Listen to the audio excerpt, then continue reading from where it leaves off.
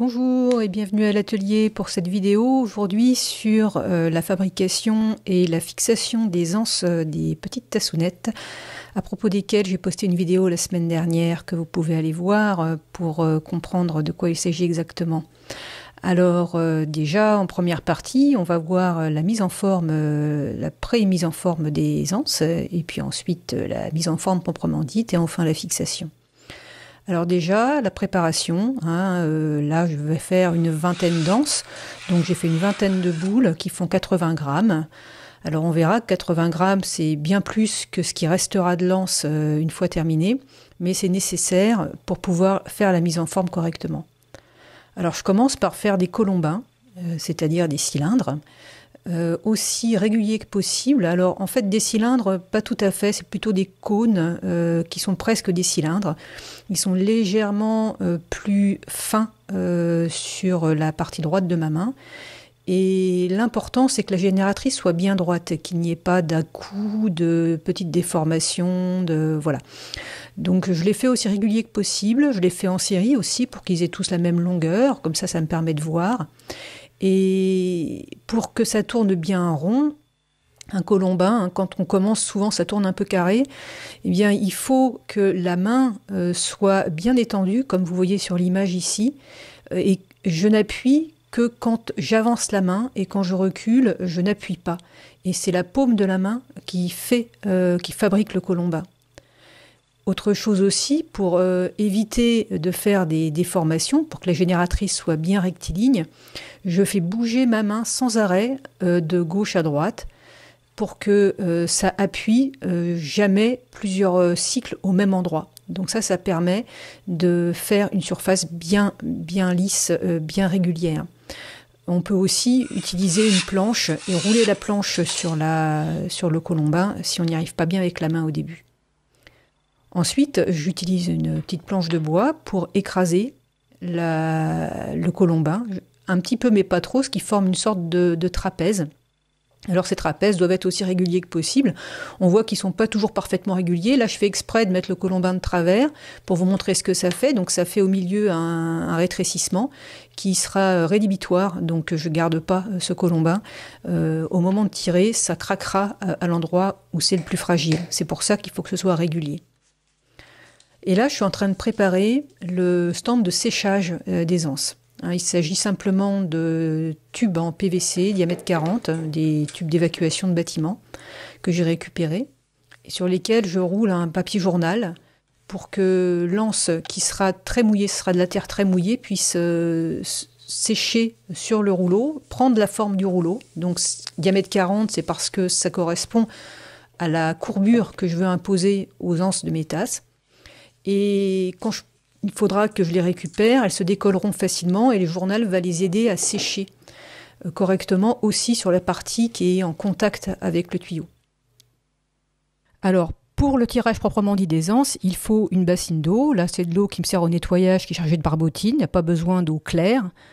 Et la première chose à soigner, ça va être la prise de la pièce dans la main gauche. C'est pour ça qu'il faut une masse importante de terre, c'est pour avoir la place de bien la tenir. Alors vous voyez ma main gauche, je mets mes doigts à plat. Et c'est très important pour minimiser la pression de contact sur la terre. Si je mettais mes doigts, comme il y a sur l'image, là, en exagérant un petit peu, en appuyant sur le bout des doigts, eh bien on comprend que si j'appuie, je vais marquer la terre parce que la surface de contact est plus faible et donc ça va s'écraser facilement et faire une marque. Et cette marque-là, ça va être une amorce de rupture sur la pièce et quand je vais tirer sur l'anse pour la mettre en forme, eh bien cette amorce de rupture va provoquer un gros risque de craquage. Donc je mets mes doigts très à plat pour avoir une surface de contact maximum.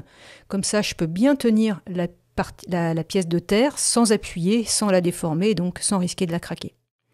Comme ça, je vais pouvoir la tirer. Donc, première chose pour la tirer, une fois qu'on a bien soigné la prise, c'est de bien mouiller la main droite, de tremper la pièce dans l'eau et d'humecter comme ça. Et là, vous allez regarder la main droite, hop, je la retourne d'un côté, je retourne l'anse et je fais la même opération, hop, et je retourne comme ça. Et je n'arrête pas de changer le sens quand je tire. Alors je serre, j'appuie modérément avec beaucoup d'eau, ce qui fait que ça allonge la pièce sans la craquer. Donc il y a un rapport pression et vitesse important à maîtriser. Donc ce qu'il faut aussi maîtriser, c'est la symétrie. Là, vous voyez sur l'image de droite, c'est pas symétrique. Et ça, c'est pas bon du tout. Il faut que ce soit symétrique. Donc c'est aussi pour ça que c'est pas aussi pour ça, c'est pour ça que je change le sens de la main et que je retourne l'anse pour faire la même opération de l'autre côté. C'est pour faire des bords symétriques, une courbure symétrique. Ensuite, j'appuie avec le pouce sur le milieu de l'anse pour l'aplatir parce que j'aime qu'elle soit assez plate et large. Et là, je vais soigner les bords justement entre l'index et le majeur, bien au fond des doigts. Comme ça, c'est la forme de ma main qui fait la courbure, bien symétrique. Là, je fais une vérification visuelle que c'est symétrique. Donc ça ne l'est pas tout à fait apparemment, donc je refais un petit coup, je vérifie, et quand c'est OK, je mets à sécher sur le rouleau. Voilà, délicatement, bien droit aussi, faire attention de ne pas la mettre de travers. Donc on récapitule, on trempe la pièce, je l'humecte en la retournant, et je fais un sens de la main, l'autre sens de la main, un sens de la main, hop, et je retourne.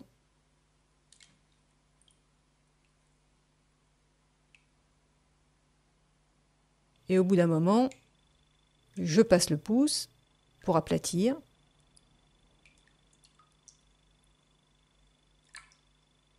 Et je mets en forme entre l'index et le majeur, bien au fond,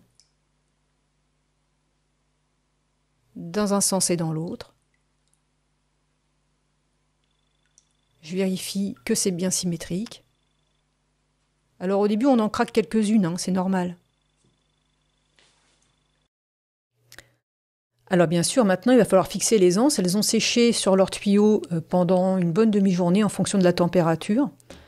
Il faut plusieurs heures hein, au minimum. Une bonne demi-journée, c'est bien, parce qu'il faut quand même que ce soit assez sec, sans quoi au moment de la fixer sur la tasse, ça se déforme énormément et on ne peut pas faire du travail soigné.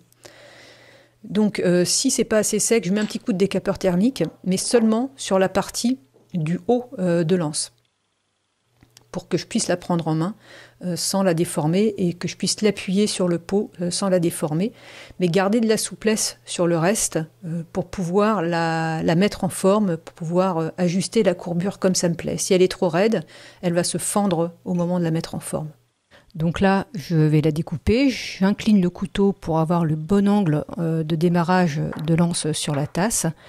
Et je vais tapoter la surface avec le bout de mon ongle pour faire déjà des hachures pour mettre la barbotine et pour faire le collage. Et ensuite pour favoriser la surface de contact entre l'anse et la tasse. Là on voit sur l'image de gauche, si ça reste très droit, ça va se coller sur une petite surface. Et si je la creuse avec mon index, ça va coller sur une plus grande surface. Et ça évitera, déjà c'est plus solide, et puis ça évitera d'avoir des jours sur les côtés.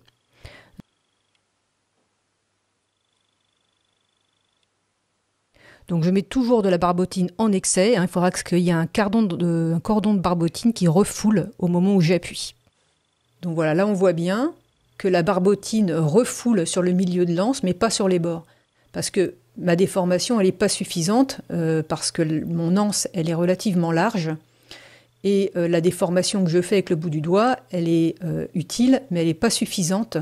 Donc je serai obligée de faire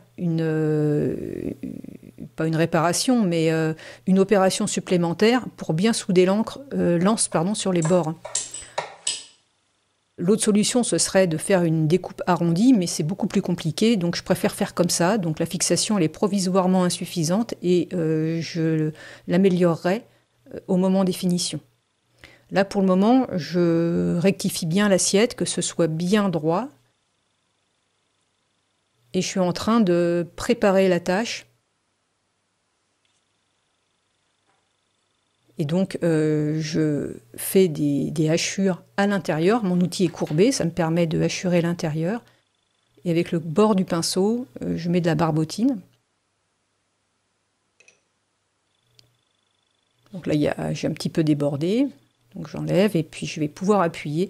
Alors il y a déjà une mise en place hein, avant d'appuyer. Donc vous voyez pourquoi il faut que ce soit relativement souple. Hein. Là, il faut que je la déforme. Si elle avait été trop sèche, là, elle craquait.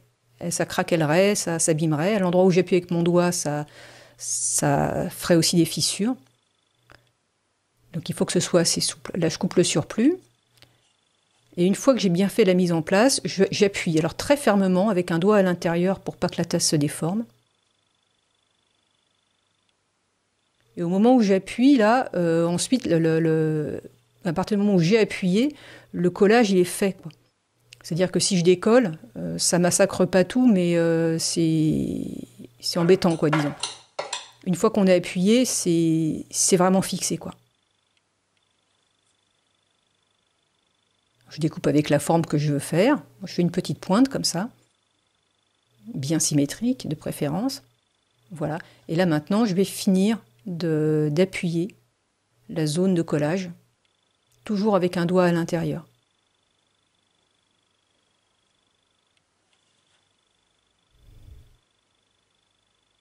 J'adapte bien la forme de mon anse.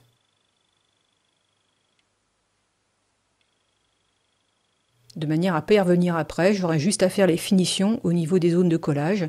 La courbe, elle sera faite et faite une fois pour toutes.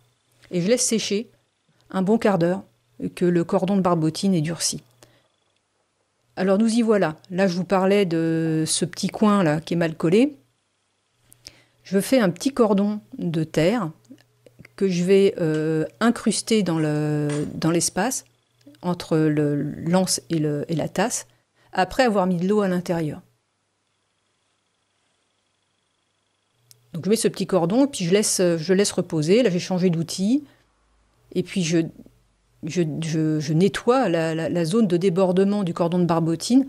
Alors c'est important que le cordon de barbotine n'ait pas eu le temps de trop sécher. Il a une texture là qui est beaucoup plus fraîche que la terre de la tasse, ce qui fait qu'il se décolle facilement et que ça laisse pas de traces, ou très peu. Alors c'est un travail soigné, hein, il faut que ce soit bien régulier, qu'il n'y ait pas de traces, qu'il n'y ait pas de taches. En plus là j'ai mis de l'engobe sur la tasse, un engobe là qui paraît bleu sur le cuir, et qui sera d'ailleurs bleu aussi une fois que ce sera cuit. Et donc voilà, je nettoie bien la zone de fixation, au-dessus, en dessous.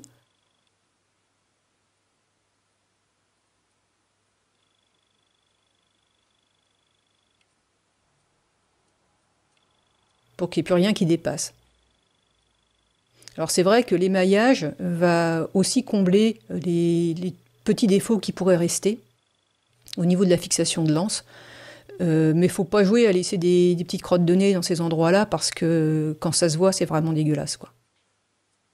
Donc autant faire un travail vraiment très soigné, comme ça il n'y a pas de risque de devoir y revenir ou de simplement devoir jeter la tasse parce que c'est pas propre.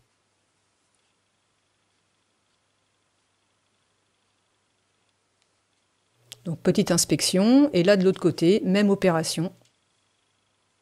Il y a un petit jour, donc hop, un petit peu d'eau, un mini colombin,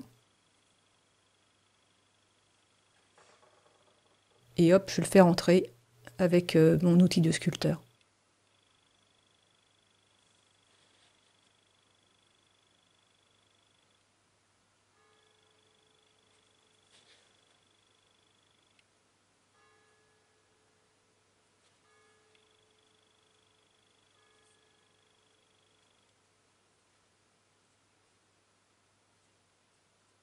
Voilà, donc les finitions là se terminent. Maintenant, il me reste à enlever toutes les petites traces sur l'anse, notamment au niveau de l'intérieur, là où c'était posé sur le journal. Il y a souvent des traces qui se font au moment de le décoller. Donc c'est très superficiel, c'est pas grave du tout, il suffit de tremper le doigt dans l'eau et puis ça élimine les traces. Je le fais aussi éventuellement à l'extérieur, si je repère quelques petites traces de doigts, pour que ce soit vraiment bien net. Voilà, et pour finir, on lui met son tampon sur la fesse. Là aussi, attention, bien mettre le doigt à l'intérieur en face du tampon, parce qu'il faut appuyer assez fermement, la terre étant à consistance cuir maintenant bien avancée. Et donc il faut que j'appuie bien sur le tampon pour faire la marque, et si je ne mets pas le doigt de l'autre côté, je défonce tout. Voilà. Donc cette série de tassounettes, là qui sont maintenant sèches, qui vont pouvoir aller au four de dégourdi, et on passera à la phase suivante avec l'émaillage. Voilà, je vous dis à bientôt et je vous remercie. Salut!